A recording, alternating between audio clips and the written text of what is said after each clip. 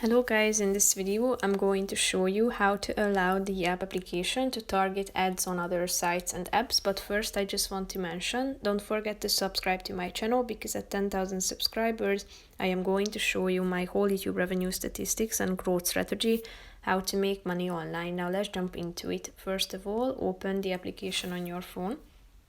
After that, click on the More button down below in the right side corner.